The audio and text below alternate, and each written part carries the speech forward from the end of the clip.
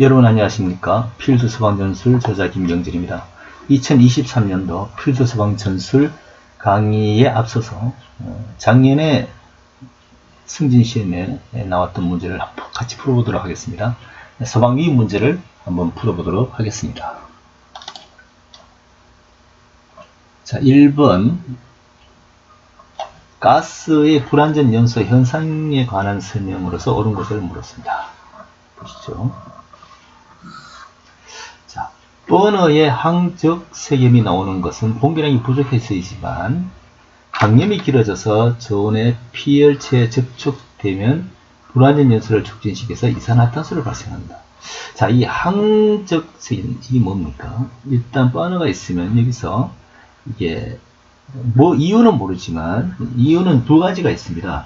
이게 가스 공급이 이제 과다하거나 그 다음에 공급 압력이 일단 또 낮거나 그런데 공기가 부족하거나 요럴 때 항적성염이 나옵니다.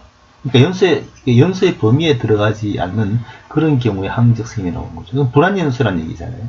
불완전 연소는 이산화탄소를 발생시키는 게 아니라 CO를 발생하잖아요. 그러니까 일단 이것은 지금 살짝 쏟고 지나갈 수는 있어요. 그러나 자세히 보면은 불완전 연소와 이산화탄소는 맞지 않습니다. 일단 틀렸다 이렇게 보시면 되겠습니다. 자, 그 다음 리프팅 현상을 보겠습니다. 리프팅 현상은 가스 분출 구멍에 먼지가 끼거든 어쨌든 작게 된 경우에 구멍이 작게 된 경우에 혼합가스 유출 속도가 낮아져서 나타난다.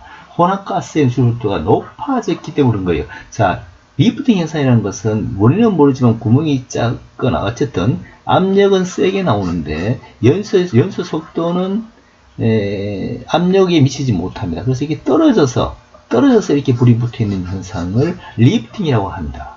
그렇죠? 리프팅 현상이라고 합니다. 자, 그러면 압력이 높아야 되는데 여기는 유출 속도가 낮아졌다고 했으니까 이게 틀린 거죠. 맞습니다. 그 다음에 플래시백. 플래시백은 리프팅의 반대 현상이에요. 역합니다. 다시 말하면 이 원인을 알 수 없는 여기에 압력이 낮다는 거예요. 이 나오는 유출 속도가 낮다는 겁니다. 그래서 불이 역으로 들어온다는 거잖아요. 자, 그러면 역화는 가스의 연소 속도가 유출 속도보다 클 때 맞습니다. 이 유출 속도보다 연소 속도가 크단 말이에요. 들어온다는 거예요, 반대로. 그렇죠? 예. 가스 분출 구멍에서 버너 내부로 불꽃이 침입해서, 끝에 연소에서 붙어 있는 것을 플래시백, 이거는 맞는 얘기입니다. 자, 블로우 오프는 뭐냐면, 리프팅 현상에서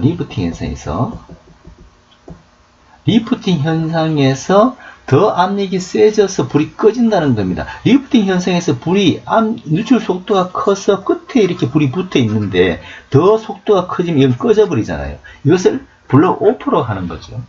자, 그러면은 역화 현상에서 가스 분출이 역화가 아닙니다. 리프팅이라고 해야죠. 그죠? 리프팅인데 역화를 했으면 틀린 거죠. 일단 틀렸습니다. 그래서 불이 꺼져버리는 현상은 맞는데 리프팅 현상에서 가스 분출이 또 심해져서 꺼진다 이렇게 설명을 해야 되겠습니다. 자, 그래서 답은 3번에 되겠고 넘어가 보도록 하겠습니다. 화재 특수현상에 대해서 나왔는데 화재 특수현상 서방기호 문제하고 똑같아요.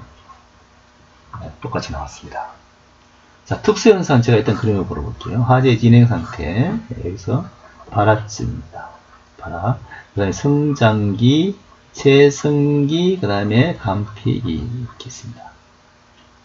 자, 일단 여기서 첫째 나오는 것이 뭡니까? 프레임 오버 AME. 두 번째 나오는 것이 뭡니까? 백델트. 세 번째 나오는 것이 뭐죠? 세 번째 나오는 거 롤오버. 마지막에 이거 프레시오버. 자, 그 다음에 여기 채성기로 넘어가서 마지막에 백델트 현상이 한 번 더 옵니다. 자, 이런 현상에서 자, 브레시 오버는 딱 무조건 포인트를 보세요. 복도, 통로, 벽 하면 이건 프레임 오버 현상이에요. 왜? 화재가 발화되고 1단계는 화재가 바닥을 통해 들어오고 벽을 통해서 확대가 되거든요. 그 다음에 그것이 가연성 가스가 점점 지붕으로, 천정으로 올라가서 천정으로 쌓여서 올라가서 화재 확대되면 그것은 롤오버라고 하는 거예요. 방으로 이제 그렇게 해서 천정으로 들어간단 말이거든요. 그건 롤오버 현상이에요. 천정이 나오면 롤오버 현상입니다. 그렇게 공부를 복잡하게 다 이렇게 할 필요가 없지. 이것을 이해만 하시면 그 다음엔 포인트만 보는 거죠. 복도, 통로, 공간, 프레임 오버입니다. 맞습니다, 이건. 롤오버는 뭡니까? 천정이 나와야 됩니다. 천정 부분에 집적이 나와야 돼요. 집적 쌓인다는 거잖아요. 예? 천정 올라가서 집적 2단계입니다, 이것은. 성장기 2단계. 집적입니다. 이거 맞는 겁니다. 그 다음에 프레시 오버는 뭡니까? 마지막 성장기 마지막 단계, 최성기 시작 단계잖아요. 전반적으로, 전체적으로 뻥! 동시다발. 이 얘기가 나온 프레시 오버예요. 그 사전에 전조 정보는 롤오버가 있습니다. 롤오버, 프레시 오버니까. 자, 그래서 전조 현상 롤오버 맞습니다. 자, 그다음 백디렉트는 성장기에도 있고 캄팩에도 있습니다. 산소의 부족이죠. 이것은 말이죠. 물리적이 아니고 화학적입니다. 왜? 산소가 결합이라니까요. 화학적 폭발입니다. 틀렸습니다. 자, 그다음 3번으로 넘어가 보도록 하겠습니다. 자, 화재 특수현상이 나왔습니다. 위험물 화재 특수현상. 이 네 가지는 꼭 언제든지 시험에 나올 수가 있습니다. 네 가지가 뭡니까? 오일이 있고요. 오일러 오버, 그 다음에 보일러 오버, 그 다음에 후로스, 그 다음에 슬롭 있습니다. 자, 우리 네 가지를 구분을 이렇게 해야 돼요. 어떻게 구분하느냐. 이 오일과 보일은 화재와 관련이 있습니다. 화재가 났을 때 현상이에요. 그런데 이 오일은 말입니다. 오일은 탱크의 폭발입니다. 폭발. 보일은 탱크의 폭발은 아니지만 화재로 인해서 물이 기름을 밀어 올려서 대규모 화재로 발생시킬 수 있는 게 보일입니다. 자, 일단 그렇게만 아시고, 자, 그럼 이건 보일입니다. 두 번째 보일 현상. 이것은 화재는 화재인데 물이 유리를 밀어 올리는 거거든. 밖으로 넘치는 현상 맞습니다. 대규모 화재 원인. 자, 두 번째는 오일입니다. 오일은 화재 탱크 폭발이에요. 위험물 저장 탱크에 화재가 발생해서 오일러버 위험이 있는 경우에 냉각이 아니고 질식입니다. 왜? 위험물인데 냉각이 되겠습니까? 질식이죠. 탱크를 냉각시킨다면 이해를 가요. 예? 왜냐하면 여기서 우리가 지금 리프 밸브가 한계가 있으니까 계속해서 압이 차고, 그러면 탱크를 식혀주는 것은 예방하는 차원은 돼요. 그러나 이것을 진압을 냉각소가 아니고 질식을 해야 됩니다. 폼으로 질식을 해야 되니까 틀렸습니다. 플러스 오버라는 것은 화재는 아니지만 이 두 개는 말이죠. 이건 화재가 아니야. 이것은 온도가 뭐 때문에 모르지만 올라가서 밑에서 물이 기름을 밀어내는 거거든요. 예. 물이 비등할 때에 넘치는 거 맞습니다. 슬러브 오버는 뭐냐 하면은 이것도 화재와는 관계가 없지만 슬러브 오버는 기름이 끓고 있는데 거기다가 우리가 찬 물이 들어가면 밖에 기름이 튕겨져 나오는, 다시 말하면 우리가 그러니까 식용유를 끓고 있는데 그 야채를 집어넣으면 기름이 밖으로 팍 튕겨 나오잖아요. 그걸 슬러브 오버라고 하는 거죠. 이해하셨죠? 예. 이게 맞는 겁니다. 화재와는 관련이 없습니다. 그래서 답은 2번이 되겠다. 그렇게 보시면 될 것 같습니다. 4번을 보겠습니다. 자, 중속, 저속, 고속 어쩌고 저쩌고 하는 것은 우리가 일단 딱 시험에 나오면 세 가지를 알아야 돼요. 뭐냐 하면, 자, 세 가지의 차이점 우리가 공부를 하고 있어야 됩니다. 고속 분무, 그 다음에 중속 분무, 저속 분무에 대해서 우리가 특징을 알고 있어야 돼요. 고속은 0.6MPa입니다. 그 다음에 각도는 10에서 30도입니다. 중속은 말이죠. 0.3 절반이에요. 메가파스칼입니다. 그렇죠? 예, 압력이 약합니다. 그 다음에 30도입니다. 자, 그럼 저속은 뭡니까? 간접 공격법이에요. 간접 공격, 로이드레만 전법, 예, 그 다음에 또 반사 주스, 그 다음에 수증기압 90%, 그 그 다음에 또 뭐가 있습니까? 증발잡열. 증발잡열이 있고요. 그 다음에 539칼로리. CAL 칼로리가 있습니다. 539입니다. 그 다음에 팽창. 수증기 팽창 1700배. 요런 정도의 기본적인 내용을 우리가 알고서 이 시험을 풀어야 돼. 요거는 공부를 하고 있어요. 요것만 알면은 주스에 대한 시험은 딱 정확하게 알 수가 있어요. 자, 중속 분무는 0.3이라고 했어요. 틀렸습니다. 전기 각도는 맞아요. 저속 분무는 간접 공격법입니다. 로이드만 전법이에요. 그죠? 예. 수선폐가 적습니다. 왜? 수증기화 해버리니까 539칼로리로 열을 뺏어가버리는 증발잡열입니다. 예, 소화시는 짧고 2번은 맞습니다. 물이 밑에 저속분무 주스에서 밑에 물이 많이 이렇게 쌓여있다는 것은 이건 잘못된 거예요. 이건 저속분무로서 효과적이지 못해. 고속분무 주스는 직사보다 자전거리가 짧고 파기력이 큰 것이 당연한 것이죠. 직사보다는 약하죠. 거리가. 예. 고속분무는 각도가 있는데, 그죠? 예. 그 다음에 대원의 업무주수 요령으로 강렬한 복사로부터 대원을 방어할 때 여론과 대원 사이에 분부를 합니다. 이것도 업무주수에 들어갑니다. 뭐냐면 화재가 났는데 여기서 대원이 화재를 불을 끄고 있잖아요. 네? 자, 이렇게 화재를 불을 끄고 있는데 이 열이 너무 강한 거예요. 복사열이. 그래서 여기서 이 복사열 가운데서 이렇게 분부를 막아주는 것은 업무주수라고 할 수 있습니다. 네, 이거 맞는 겁니다.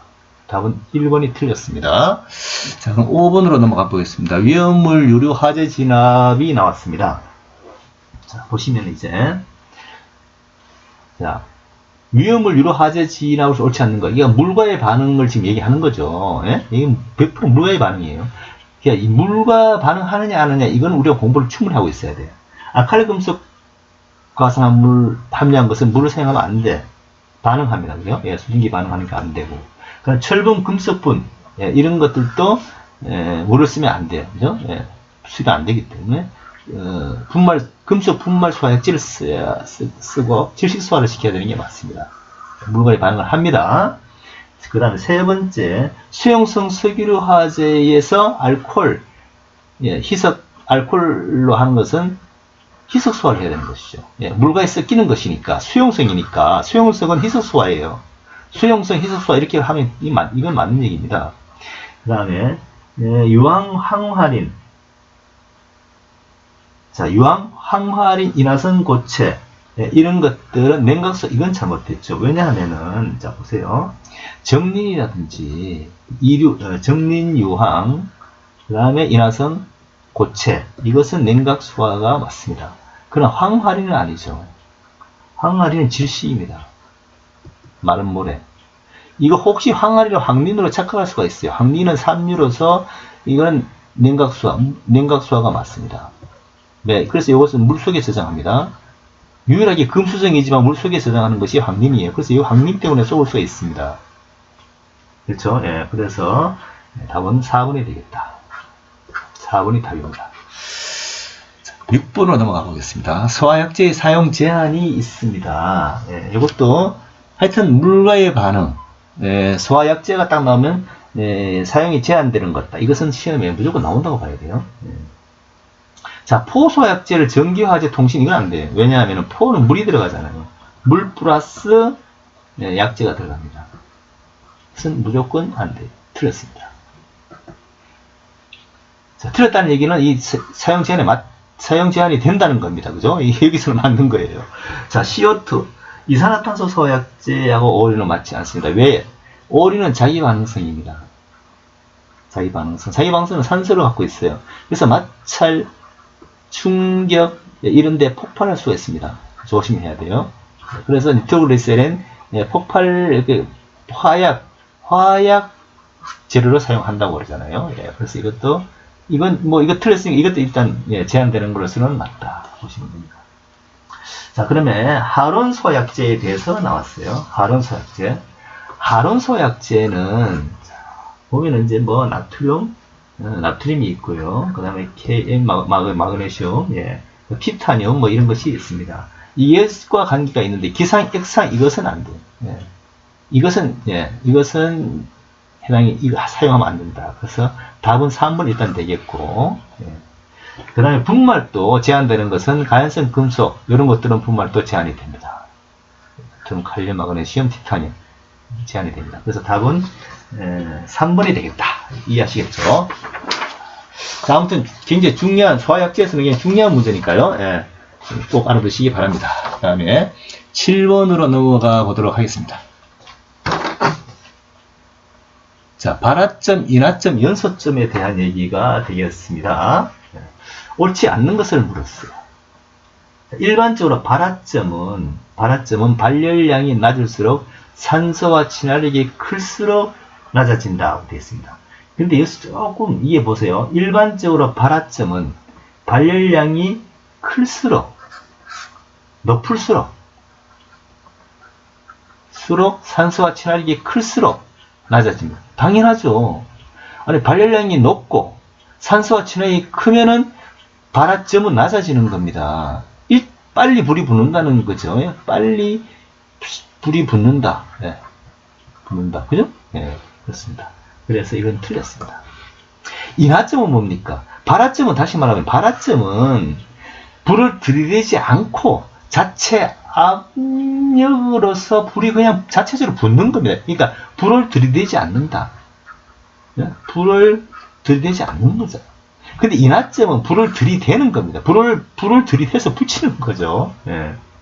그래서 가연성 액체 또는 고체로부터 발생한 인화성 전기의 농도가 점호원에 의해서 착화될 수 있다.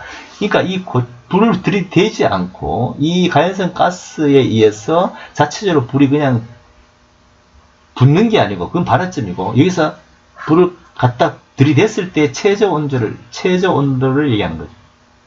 예, 최저 온도. 이거는 맞는 겁니다. 연소점은 계속 불이 타갈 수 있는 최저 온도를 말하는 겁니다. 그냥 일단 불이 붙었어. 이것이 계속적으로 불이 타려면 거기서 또 가연성 가스가 나오고 또 불이 계속 붙어가고 또 가연성 가스가 나오고 또 불이 붙고 이렇게 가는 거잖아요. 예? 예, 그게 연소점이라고 얘기하는 거예요. 거기에 낮은 온도를 연소점이라고 하는 거예요. 맞는 겁니다. 가연성 가스와 공기의 조성 비에 따라 발화점이 달라질 수가 있죠. 예, 맞습니다. 연소의 범위가 있잖아요. 그죠? 예, 공기만 많다고 해서 산소만 많다고 불이 잘 붙는 것도 아니고, 가스가 또 많다고 해서 불이 붙는 건 아니잖아요. 예, 그죠? 예, 연소 범위가 다 있습니다. 거기에 따라서 발화점이 달라질 수가 있는 거죠. 맞는 얘기입니다. 답은 1번이 되겠습니다. 자, 8번을 보겠습니다. 하이니와 버드의 이론을 지금 이게 나와 있습니다. 예, 보시죠. 자, 하이니는 고전적이고, 프랭크 버드는 이제 신이론인데요. 자, 그럼 하이니는 뭡니까? 하이니는 사회적 환경에 대한 환경이 있고, 그 다음에 개인 결함이 있고, 그 다음에 불완전한 행동 상태에 따라서 사고가 난다. 그죠? 이렇게 지금 하고 있잖아요. 그래서 상해가 온다. 이렇게 보고 있습니다. 자, 그러면 하이니 이론에서 상해는 항상 사고에 의해서 일어나고 사고는 항상 순차적으로 앞서는 요인의 결과로 나타난다. 이건 뭐 항상 일본은 맞는 거죠. 그렇습니다. 그럼 하이니 이론에서 안전관리 활동으로 제거할 수 있는 것은 개인적 결함이다. 자, 여기 사고에 대해서 개인적 결함이 아니고 불완전한 행동과 상태잖아요. 이게 아니고 불완전한. 자, 연필이 잘 안 쓰이지 않는데 불완전한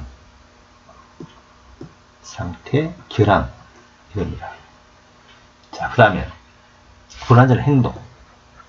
자, 버드의 신이론은 제어의 부족 관리 기본 원인, 직접 원인 맞습니다. 기본 원인이 있고 직접 원인이 있고 그 다음에 사고가 난다고 했습니다. 그럼 뭐냐면 하이니에서는 사고 나지 않기 위해서 이 골패가 5가지 골패에서 불완전한 행동과 그죠? 예.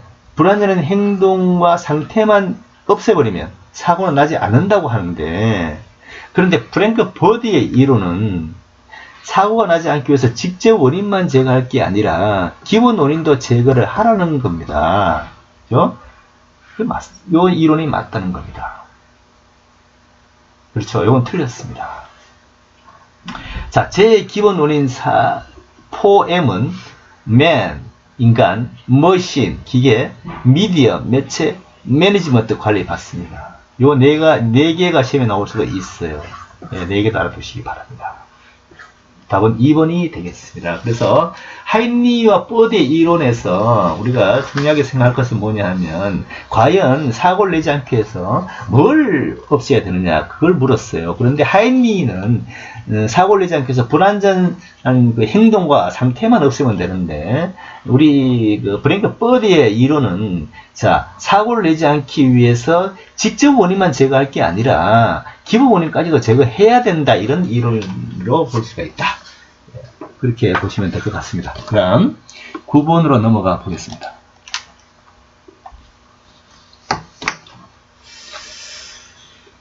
자, 유해 생성물질에 관한 설명이 되겠습니다. 예. 자, 시아나수소 우리가 여기서 있잖아요.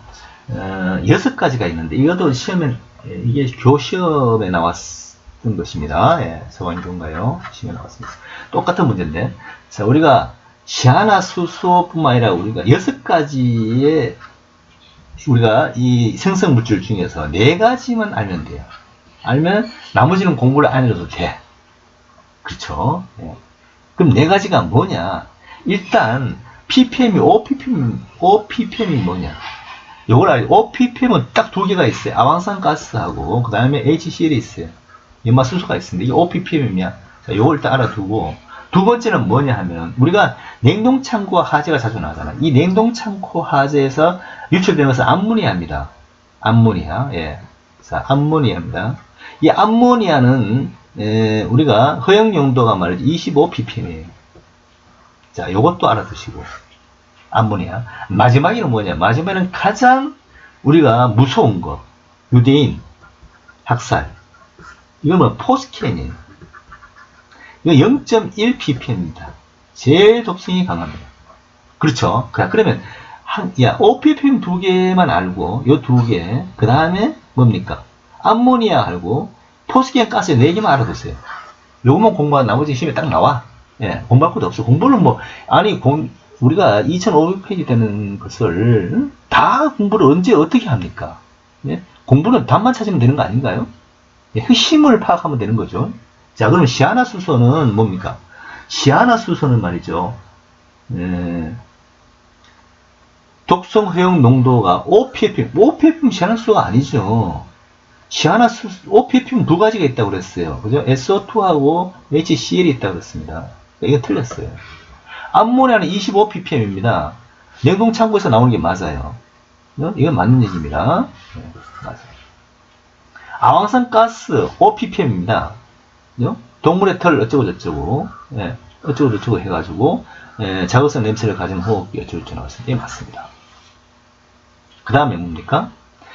불화수소나 합성수지, 불소수지 연소할 때 생성되는 게 맞습니다. 3ppm. 답은 1번이죠. 답이 탁 튀어나옵니다. 그죠? 그렇게 공부를 하면 된다. 밑에 해설이 있네요. 이 해설에서도 OPPM 2개 알고 그 다음에 가장 불이 자주 나는 암모니아 알고 그 다음에 포스캔 요 4가지만 알면은 된다. 물론 발생 조건은 여기 읽어보셔야 되겠지만 자 그렇게 해서 그럼 10번으로 넘어가 보겠습니다. 화재의 원인 조사의 범위가 나와 있습니다. 자 제가 항상 강의할 때는 화재의 원인과 원인 조사와 피해 조사를 구분한다. 이렇게 항상 공부를 제가 강의를 했습니다만 앞으로 이렇게 나지 않고 그 범위를 이제 이렇게 섞어서 이렇게 시험에 나오겠습니다. 바라지점 이런 것들은 뭐냐, 뭐 연소 경계 이거는 뭐 이렇게 물어보거든요. 자, 그러면은 피난 상황 조사는 피해 경로 피해란 말은 틀렸고요. 피난 뭐 이게 잘못 쓰는지 이게 실수는지 모르지만 피난이라고 해야 정답입니다. 피난 조사. 일단 틀렸고 발화 원인 조사는 발화 지점, 발화 요런, 발화 요인 최초 이건 맞습니다. 연소 상황 조사는 연소 상황 밑에 있네요. 화재 연소 경로 연소 상태는 맞습니다. 소방 방화 시설의 조사는 이거는 뭐 똑같은 말이니까 시험 나오나 말이나 이런 공부할 필요도 없어요. 답은 1번입니다. 굉장히 쉽게 문제가 나왔으니까 됐고요. 그 다음에 11번 보도록 하겠습니다. 자, 재난관리주간, 재난 및 안전관리기본법에 재난관리 주간이 나왔습니다. 이것도 2년에 한 번, 작년 저작년에도 시험에 나왔던 걸로 알고 있는데 주간이 있습니다. 뭐 이렇게 다 필요 없어요. 여기서 사업장에서 발생한 대규모 인적 사고에 대한 주관기간은 어디냐고 물었습니다. 자, 산업통상부의 주관, 보통 산업통상부는 가스나 뭐 원자력, 전력사고 이런 것들은 산업통상부가 주관을 합니다. 네. 소방청은 뭡니까? 뭐 이건 화재죠. 화재. 그 다음에 위험물 이런 것들은 소방청이 사고요. 국토교통부는 많습니다. 뭐 자동차, 철도, 도로, 항공기 이런 것들은 다 국토교통부에서 주관기관을 하는 것이죠. 고용노동부는 뭐 사업장, 대규모 인적 자원 여기 있네요. 이것은 고용부, 일단 답은 고용부 노동부가 맞습니다. 자, 그러면 재난 주관기관이 얼마나 중요하냐 하면 우리가 세월호 사고 때 이거는 바다에서 일어난 사고는 말이죠. 해양경찰이 주관부서예요. 해양경찰. 여기가 주관입니다. 해양경찰의 허락 없이는 여기 들어갈 수가 없어요. 그렇죠. 다 여기서 이 승인이 떨어져야 돼요. 그게 주관부서고, 또 지금 코로나19 이거 주관부서가 어디죠? 코로나19 이거는 보건복지부였어요. 보건복지부. 그런데 지금은 질병관리청이 되면서, 질병관리본부 때는 이거는 관계없는데 질병관리청이 되면서 이 주관부서가 돼버렸어요.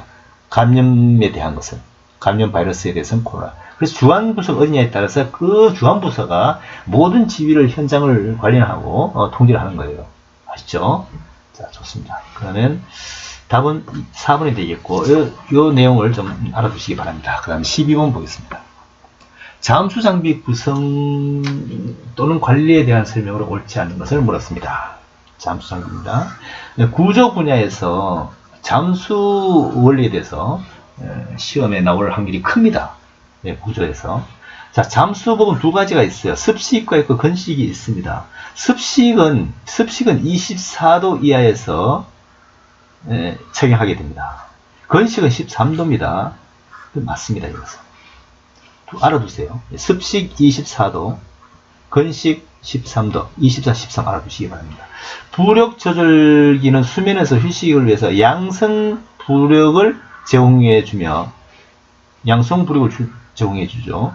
구조장비의 그것까지 담당할 수 있다. 이 맞습니다. 자, 압력계는 공기통에 남아있는 압력을 측정한다고 해서 잔압기라고 하죠. 압력계는 잔압기라고 합니다. 자동차 연료계기와 마찬가지로 공기통에 얼마나 있는 걸 나타내주는 호흡기 1단계와 그 다음에 저압호수로 연결해서, 이거는 고압호수인데, 자, 이건 말이죠. 시험이 굉장히 힘듭니다. 왜냐하면 이게 그냥 쭉 읽고 지나가지 이걸 누가 이렇게 자세히 보겠어요. 저도 사실 몰랐어요. 답이 없네. 보니까 이걸 고압을 저압으로 바꿨더라고. 이런 것들은 정말 참 눈을 부릅뜨고 봐야 답을 찾을 수 있는 그런 문제인데, 더구나 지문도 길어요. 또 이 문제는 과연 조금 그렇습니다. 문제가 좋습니다. 그 다음에 4번 호흡기는 2단계에 걸쳐서 압력을 감소시키기 맞아요. 2단계입니다.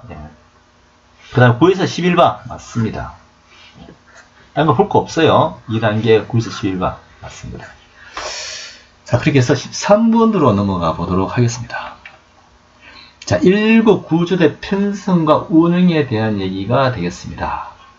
자, 옳은 것을 물었어요.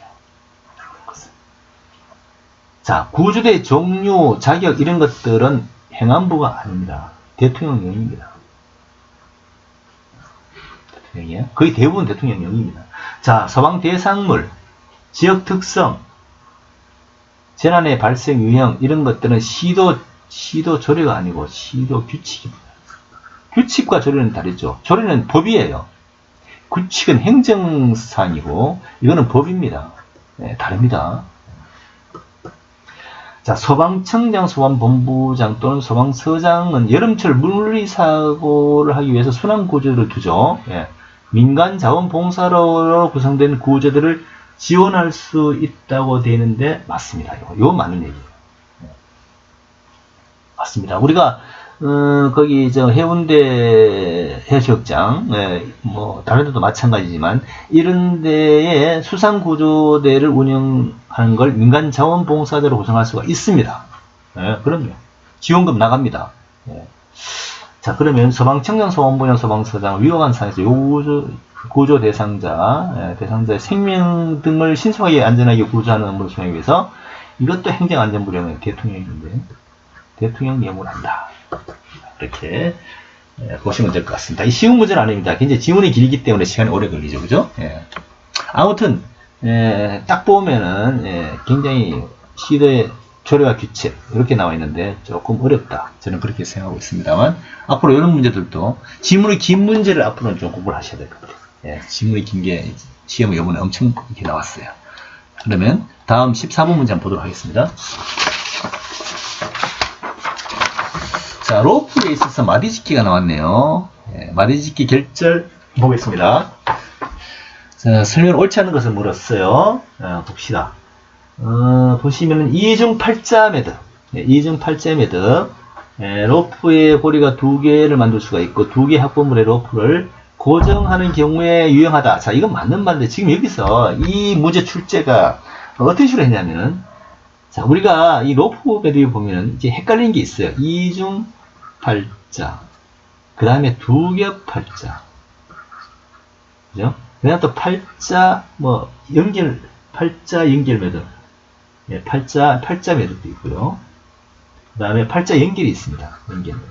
요 세 가지가 이게 굉장히 헷갈리게 되어 있습니다.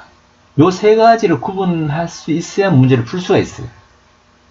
그쵸? 예, 제가 뭐 로프 묶는 것까지 제가 그 기본서 강의할 때 강의를 하고 있는데 아무튼 자 보시면은 이중 팔자 매듭은 요 내용이 맞아요. 고리를 끝에 고리가 두 개 나와야 돼. 예? 예, 맞습니다. 그 다음에 두 겹 팔자 매듭은 많은 힘을 받을 수 있고 힘이 가해진 경우에 풀기가 쉽다. 이건 말이죠. 팔자 연결을 얘기하는 겁니다. 팔자 연결 매듭을 얘기하는 거죠. 자, 그 다음 고정 매듭은 뭐냐? 고리가 한 개 나오는데 서로 쪼이지 않고 풀어지지 않는 걸 얘기하는 겁니다. 굵기에 관계없이 묶어 풀기 쉽고 쪼이지 않는다. 이건 맞습니다. 고리가 한 개 나옵니다. 그 다음 나비 매듭은 말이죠. 로프 가운데 중간에 고리를 만들 필요가 있어도 사용하는 거예요. 풀기가 쉽고 맞습니다. 이 좋은 문제예요. 왜? 이렇게 헷갈리기 쉬운 팔자 세 가지를 구분하라 이렇게 하라는 거거든요. 이것은 좋은 문제다. 제가 그렇게 보고 있습니다. 그 다음에 15번을 한번 보겠습니다. 헬리콥터 상승 및 하강할 때 주의사항인데요. 우리가 헬기를 이제 이렇게 헬기 하강도 있고 뭐 헬기 뭐 이렇게 구조도 있는데 자, 틀린 것을, 옳은 것을 물었습니다. 맞는 것을. 자, 헬리콥터를 탑승할 때 기체의 전면은 주회전 날개로 위험하기 때문에 꼬리날개로 접근하라. 이건 틀렸습니다. 왜? 헬기의 안전운항관은 조종사입니다. 기장 시야에서 벗어나면 안 돼요. 타고 내리는 것은. 그리고 뒤에는 꼬리날개가 있기 때문에 이건 사실 뒤로 다닐 수가 없어요. 꼬리날개 때문에 이 꼬리날개가 주날개보다 낮아요. 굉장히 위험합니다. 그리고 시야에서 안 보여. 그래서 이거는 사용 못하게 됐습니다. 다닐 수 없도록. 일단 틀렸습니다. 안전운항관이 기장입니다. 조종사. 좋습니다. 하강 위치에 접근하면은 기내 안전요원이 기체에 설치된 현수로프에 뭐가 좀 이상하네. 카르빈을 건다. 이거는 이제 말이 안 맞네요. 예. 그 다음에, 안전요원이 기체에 설치된 현수로프에 건다. 현수로프는 안전요원의 지시를 하면은, 현수로프는 우리 대원이 현수로프 거는 것이죠. 대원이 현수로프에 설치된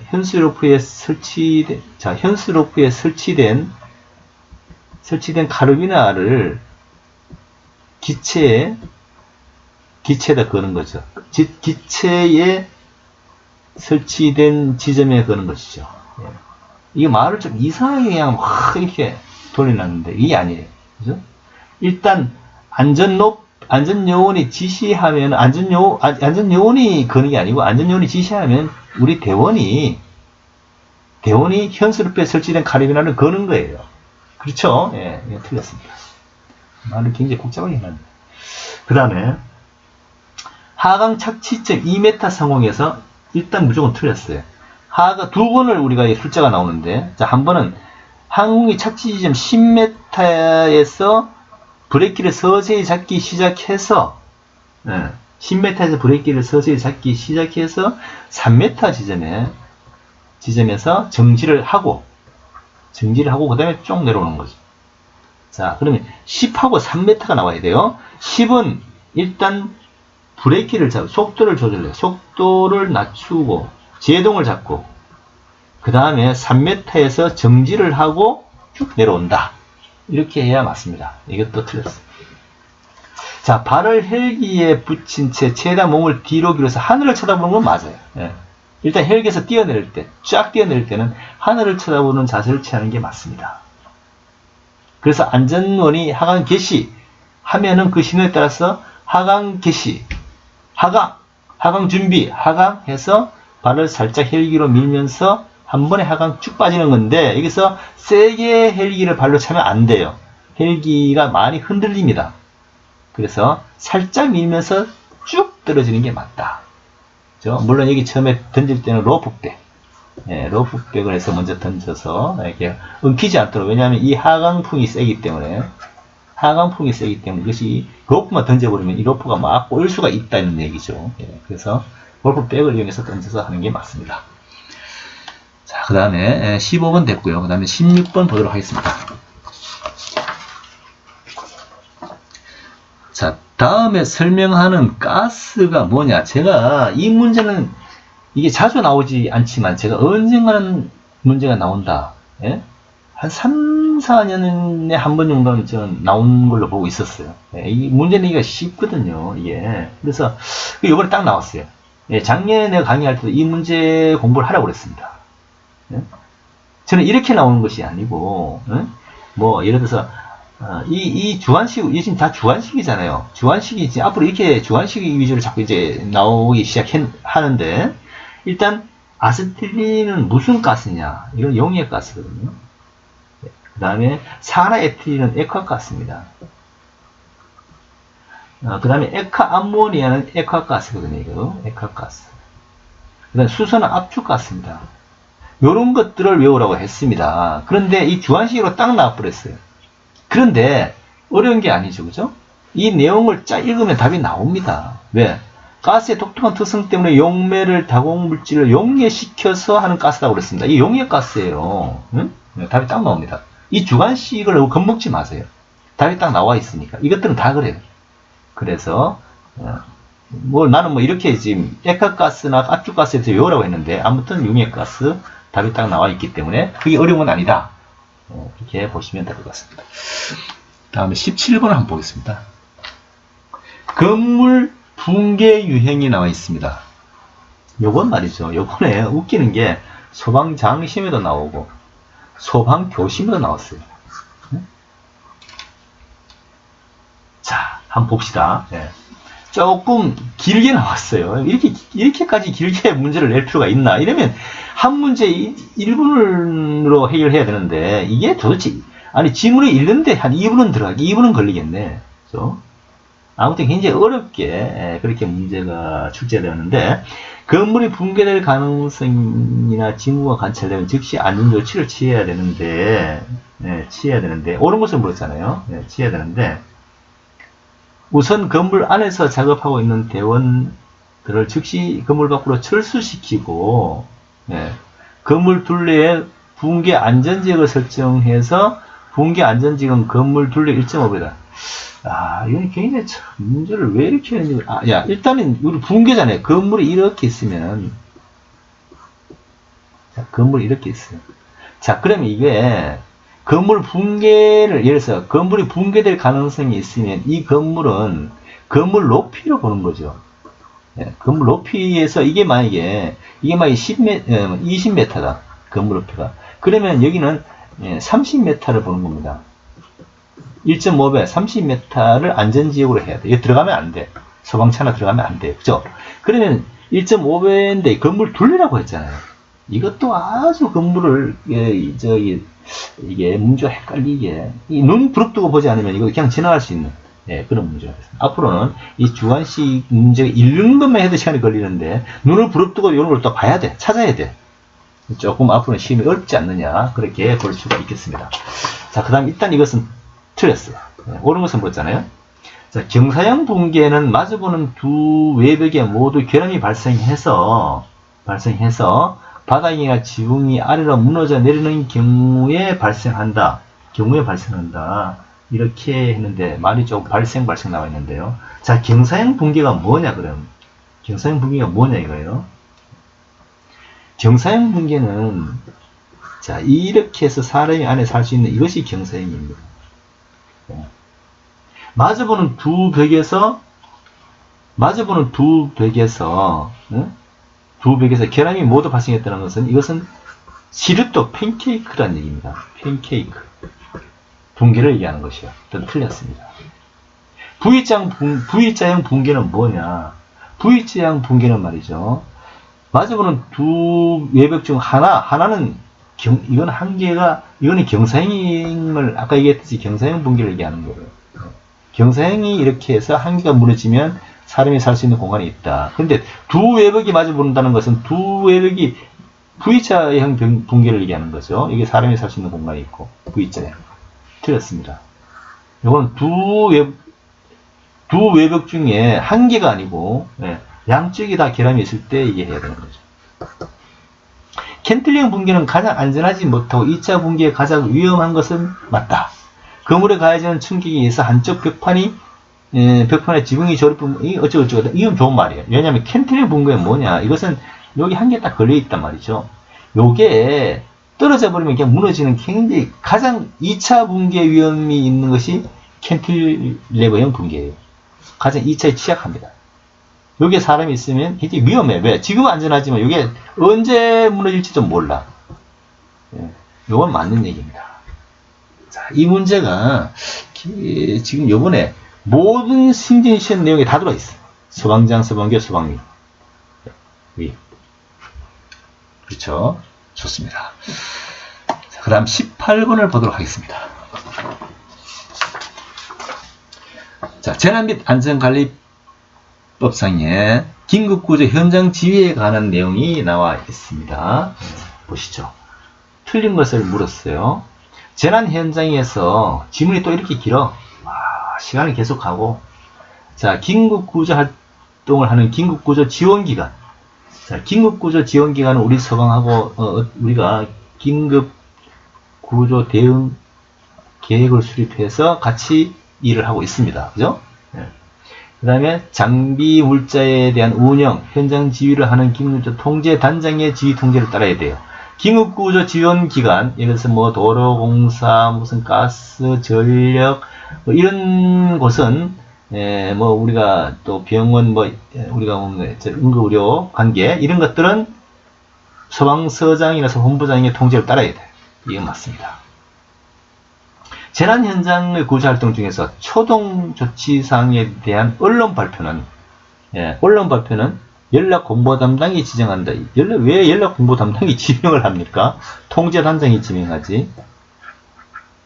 각 통제 단장들이 지원하죠. 이건 틀렸습니다.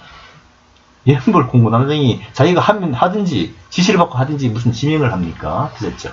자, 시군구 긴급구조 통제 단장은 통합지원본부의 장에게 긴급구조에 필요한 인력이나 물자를 지원을 요청할 수가 있다. 통제단장은 통합지원본부의 지대본, 지역 재난안전대책본부장, 지대본, 여기에 있는 통합지원본부의 장에게 지원할 수가 있습니다. 그 지원을 해줘야 됩니다.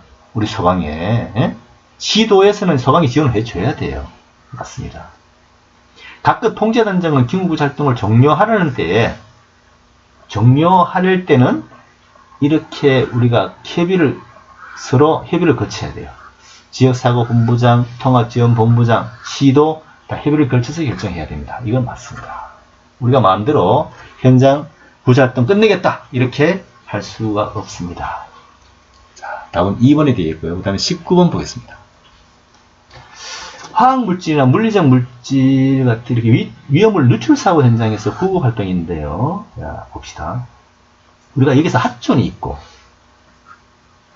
핫존이 있습니다. 그 다음에 웜존이 있습니다. 그 다음에 그린존이 있습니다. 예, 이 세 가지가 있어요. 그죠? 예, 제독장치는 웜존에 있습니다. 여기에 웜존에 제독장치가 있어요. 제독장치 아시죠? 제독장치. 레드, 옐로우, 그린. 알죠? 네, 좋습니다. 자, 그러면은 여기서 오염구역 핫존에서 위험물질 노출된 의복은 환자에게 그대로 입혀둔 채 환자를 이불 등으로 감싸서 오염 통제구역으로 이동한다. 아니, 노출된 의복을 그대로 입고 온다. 이거는 무조건 누가 보더라도 틀렸어요. 가위로 잘라든지 가위로 뭐 잘라내서 현장에 두고서 옮겨야 되겠습니다. 틀렸습니다. 그 다음 제독장치는 오염구역에 설치해서 오염을 제거하는 후에 환자를 오염 통제구역으로 이동하게 한다. 아니, 제독장치를 오염구역에 설치해요. 제독장치는 오염 통제구역입니다. 네, 오염 통제구역. 웜존입니다. 웜존에서 설치해서 해야 된다. 틀렸습니다. 자, 오염 통제구역에서 사용한 구급 장비는 안전구역에서 사용해서는 안 된다. 당연하죠. 아주 좋은 말입니다. 안전구역에서 사용하면 안 되죠. 콜드, 이게 그린이 아니고 콜드존. 예, 죄송합니다. COLD. 여기가 그린존이죠. 예, 오염 통제구역에서 제독 텐트에서 그린존이 나오는데 제가 실수를 했고, 현장 지휘소과 인력 자원 대기소는 오염 통제구역이 아닙니다. 이것은 콜드존이죠. 콜드존에 해야 된다. 그렇죠? 답은 지금 옳은 것을 물었으니까 3번 옳습니다. 다음에 19번으로 넘어가 보도록 하겠습니다. 요것도 말이죠. 서방기호 문제에 나왔어요. 물론 여기서는 오염 통제구역의 제독장치에 대해서 나왔어요. 제독장치에서 이제 거기서 옐로우냐, 레드냐, 옐로우냐, 그린이냐, 여기에 대해서 시험에 나왔었는데요. 좋습니다. 자, 그 다음 20번을 한번 보도록 하겠습니다. 자, 연부조직 손상, 구급 문제가 나왔습니다. 개방성 가슴 손상에 대해서 설명을 해놨는데요. 옳은 것을 물었습니다. 폐쇄 드레싱을 적용하고 환자 이송 중에 쇼크 등의 증상이 발생하면 증상 완화를 위해서 폐쇄 드레싱 했는데 또 폐쇄 드레싱을 보강을 해. 이게 무슨 얘기냐? 자, 우리가 말이죠. 이렇게 있으면, 자, 가슴 폐 손상이 오면은, 이게 말이죠. 구멍이 생기잖아요. 구멍. 생기잖아요. 그럼 여기를 폐쇄를 다 해버리면, 이 폐에 완전히 막아버리면 있잖아요. 산소 공급이 안 돼요. 더 문제가 심각할 수가 있어요. 그래서, 요럴 때는, 폐쇄 드레싱을 적용해서 문제가 생기면, 3면 드레싱을 하는 거죠. 3면 드레싱. 한쪽이 이렇게 열려있는 3면 드레싱을 하라는 건데, 이게 틀렸습니다. 자, 개방성 배 손상이 있을 때는 이것은 장기를 집어넣으면 안 됩니다. 딱 시험 나올 거는 그거밖에 없어요. 자, 다시 뱃속으로 집어넣으면 안 됩니다. 틀렸습니다. 다음, 절단은 말이죠. 얼음에 직접 닿으면 안 됩니다. 이게 포인트입니다. 닿도록 한다고 되어 있을 거예요. 틀렸습니다. 자, 다 시험에 나올, 제가 몇 번씩 강조하고, 제가 지금 문제집을 만들고 있는 내용에 몇 번씩 나온 문제예요. 삼면 드레싱, 뱃속에 집어넣지 마라, 얼음에 집중하지 마라. 자, 관통상. 자, 단순하게 뺨을 관통, 물론 관통이 말이죠. 예? 관통이, 그냥 이렇게 쫙 관통해서 장기를 건드리면, 이건 무조건 병원에 가야 돼. 이걸 그대로 가져가야 돼. 안고 가야 돼. 예? 그러나, 단순하게 뺨을 관통한 상태, 이런 것들은 말이죠. 물체를 제거하고 가도 돼. 예, 돼. 자, 그래서, 추가적인 입안 손상을 막기 위해서 관통한 물체를 제거하고 간다. 이건 말 특별한 경우. 예. 장기를 건드리지 않는, 뭐 생명에 문제가 없는 생명이지. 이럴 때는 이 물체를 제거할 수도 있어요. 됐죠? 예, 답은 4번이다. 그 다음에 21번을 보도록 하겠습니다. 기도 확보를 방해하는 입안의 구토물이 지금 나와 있는데요. 요걸 흡인기로 석션으로 하잖아요. 석션으로 제거를 합니다. 자, 경성 흡인팁, 연성과 견성이 있는데, 연성 딱딱한 흡인팁은 상기도에만 사용을 합니다. 예. 환자에게 사용하기 전에 흡인관을 막고서 압력을 체크합니다. 올라가는지. 300 ml입니다. mHg, mL바. 300입니다. 좋습니다. 그 다음에 성인은 한 번 흡입할 때 15초를 이상을 오버하면 안 돼. 초과하면 안 돼. 그러면 호흡에 곤란이 올 수가 있습니다. 자, 그렇게 15초까지만 하고 흡인 전후에 과한기를 시킵니다. 과호흡을 먼저 시킵니다. 왜?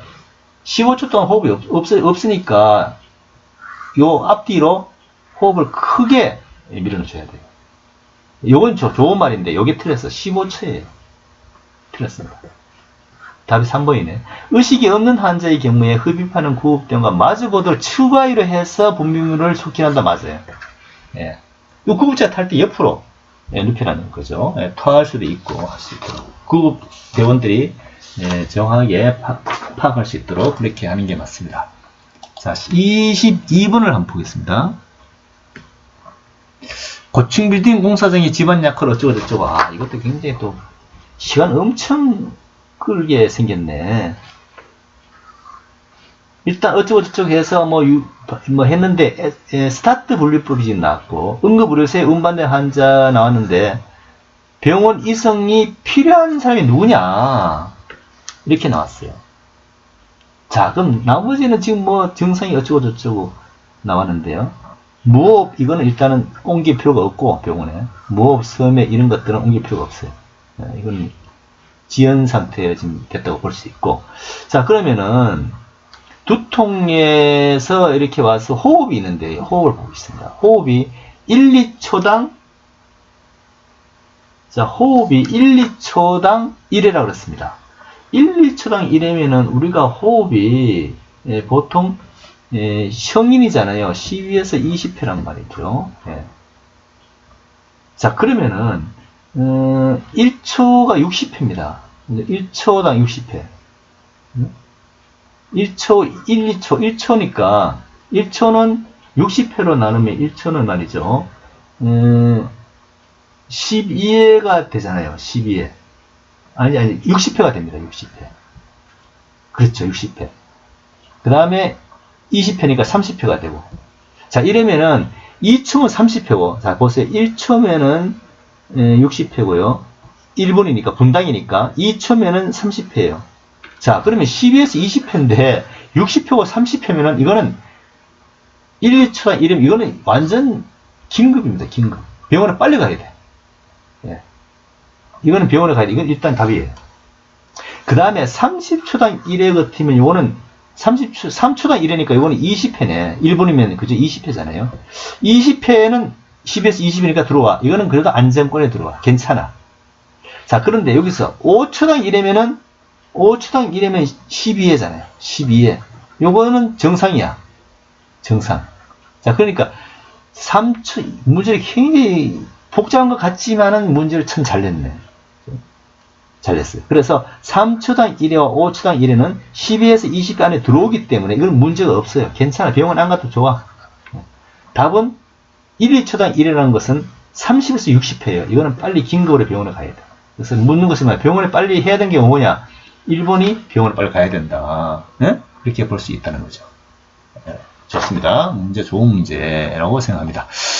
자, 23번에 호흡 유지 장비에 관한 설명으로 옳지 않은 것을 물었습니다. 자, 호흡 유지 장비가 많이 있죠. 코 삽입관, 벤츄리, 비제어 마스크, 단수는 많아요. 자, 그런데 여기서 내용이 틀린 게 나오겠죠. 옳지 않은 것을 물었습니다. 자, 코 삽입관. 코 삽입관은 산소 유량을 분당 6에서 10이 아니고 1에서 6리터잖아요. 22에서 44%. 그렇죠? 유량이 그렇습니다. 틀렸습니다. 자, 벤츄리 마스크는 COPD 환자에게 유행한 게 맞아요. 만성 폐쇄성 폐질환 맞습니다. 요거는 산소 유입이 보통 2에서 8리터인가요? 될 거예요. 자, 그 다음에 비제온 마스크. 비제온 마스크, 호흡은 밖으로 나가고 들어오지 않는 비제온 마스크는 100% 가까운 산소를 제공했다. 90, 100. 맞습니다. 그 다음에 단수 노블 마스크는 산소 농도를 35에서 60이 아니죠. 이거는 6에서 10리터 유량으로 합니다. 아, 맞네. 유량이고 30에서 60까지 증가시킬 수 있어요. 맞습니다. 35에서 60, 6에서 10 유량. 맞습니다. 이건 맞습니다. 답은 1번이 틀렸습니다. 이런 것들, 시험 내기 아주 좋고, 또 언제든지 시험에 나올 수 있는 구급 문제가 되겠습니다. 자, 24번을 보겠습니다. 요것도 굉장히 기본적인 문제죠. 1차 평가의 단계. 이거는 항상 외워야 되는 거죠. 1차 평가 단계. 이거는 저도 항상, 이건 기본으로 외워라. 기호순이잖아요, 기호순. 기호순을 외우면 끝나는 거죠. 그래서, 기호순 보겠습니다. 기호순, 틀렸네. 이게 순이 여기 나와요. 기호순 여기 나와야 되는데, 틀렸습니다. 기호순 요거는 맞네. 그러나, 여기서 첫인상 의식 수준으로 가야 됩니다. 맞아요. 이게 맞는 답이 맞아요. 그 다음에, 기호순은 맞는데, 의식 수준이 여기서 뒤로 와 있네. 틀렸고. 기호순 기본적으로 틀렸네. 순환이 이렇게 와야죠. 틀렸고. 자, 첫인상 의식 수준 기호순. 첫인상 의식 수준 기호순으로 하라. 답은 2번이 되겠습니다. 다음에 25번을 보도록 하겠습니다. 자, 산모를 이송하는데 산모 아기가 출산을 하였다. 나와 있습니다. 이것도 서방장무제에 나왔던 문제네. 자, 이거는 이제 아프가를 물어보는 거잖아요. 아프가 점수. 아프가 점수에는 0에서 10점까지가 되어 있고요. 여기서 8에서 10까지는 정상인데 3에서 7이 나오면 경증 질식입니다. 그 다음에 0에서 2점은 이건 봐도 삭관 CPR 들어가야 된다. 자, 이렇게 기준이 되어 있고, 자, 그럼 봅시다. 신생아의 몸은 분홍색인 거는 요거는 2점인데 손과 팔다리는 청색이다. 이건 1점이네요. 그러니까 이게 신생아의 몸도 분홍색, 핑크색, 손과 팔다리도 핑크색이 돼야 2점인데 요 한쪽에는 청색이면 요건 1점이에요. 요 같이 합쳐서 요거는 1점. 그 다음에 이 5가지를 보잖아요. 뭡니까? 피부색. 아프가는 5가지를 봅니다. 피부색, 반사 흥분도, 그 다음에 근육의 강도, 그 다음에 호흡, 그 다음에 심장박동. 이 5가지를 봅니다. 1, 2, 3, 4, 5. 자, 근데 지금 피부색을 봤어요. 근데 피부색이 청색이 들어있기 때문에 이건 1점입니다. 자, 그 다음에 심장박동수는 95라고 그랬어요. 이게 95 이상이면은, 자, 100이 넘으면은 2점인데, 100이 이하면은, 100 이상은 2점인데, 100 이하면은 1점이에요. 없으면 0점인데. 근데 이거는 95니까 1점이네. 그럼 자, 여기 있어. 심장박동 호흡은 1점입니다. 그 다음에 얼굴을 찡그린다고 그랬잖아요.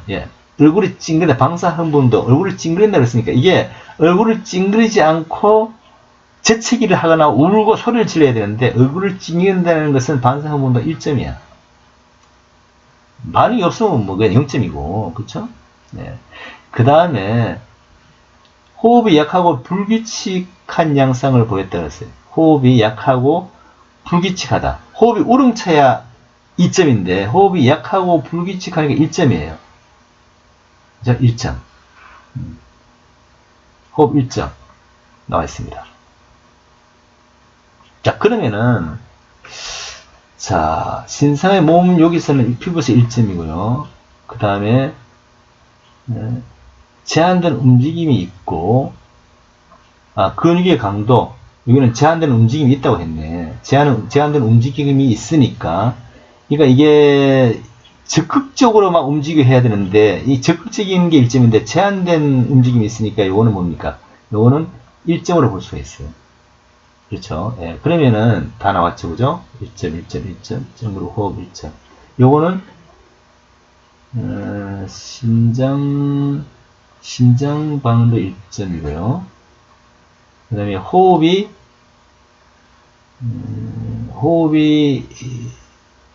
1점이고, 5점이네. 예? 예. 5점이잖아요. 1, 2, 3, 4, 5. 점 1점씩이에요. 이 5가지가 다 1점씩이에요. 5점. 예, 이렇게 하면 되겠습니다. 답이 2번이 되겠습니다. 그렇게 해서 아프가 점수도 우리가 알아봤습니다. 이번 시험이 굉장히 골고루 조금 지문이 길어서 지문이 길고 이런 것들이 굉장히 읽는데 시간이 또 이렇게 가서 아마 시간이 좀 쫓길 수는 있었다. 하지만 문제는 골고루 아주 잘 나왔습니다. 물론 살짝 한두 문제 정도는 좀 그러니까 이렇게 자세하게 읽어보지 않는 숫자 노름, 살짝 글자를 바꿔놓는 그런 것들이 있었지만 아무튼 전체적으로는 시험 문제가 괜찮았다 볼 수가 있습니다. 자, 이렇게 해서 서방 위 문제 같이 한번 풀어봤습니다. 수고했습니다, 여러분. 예.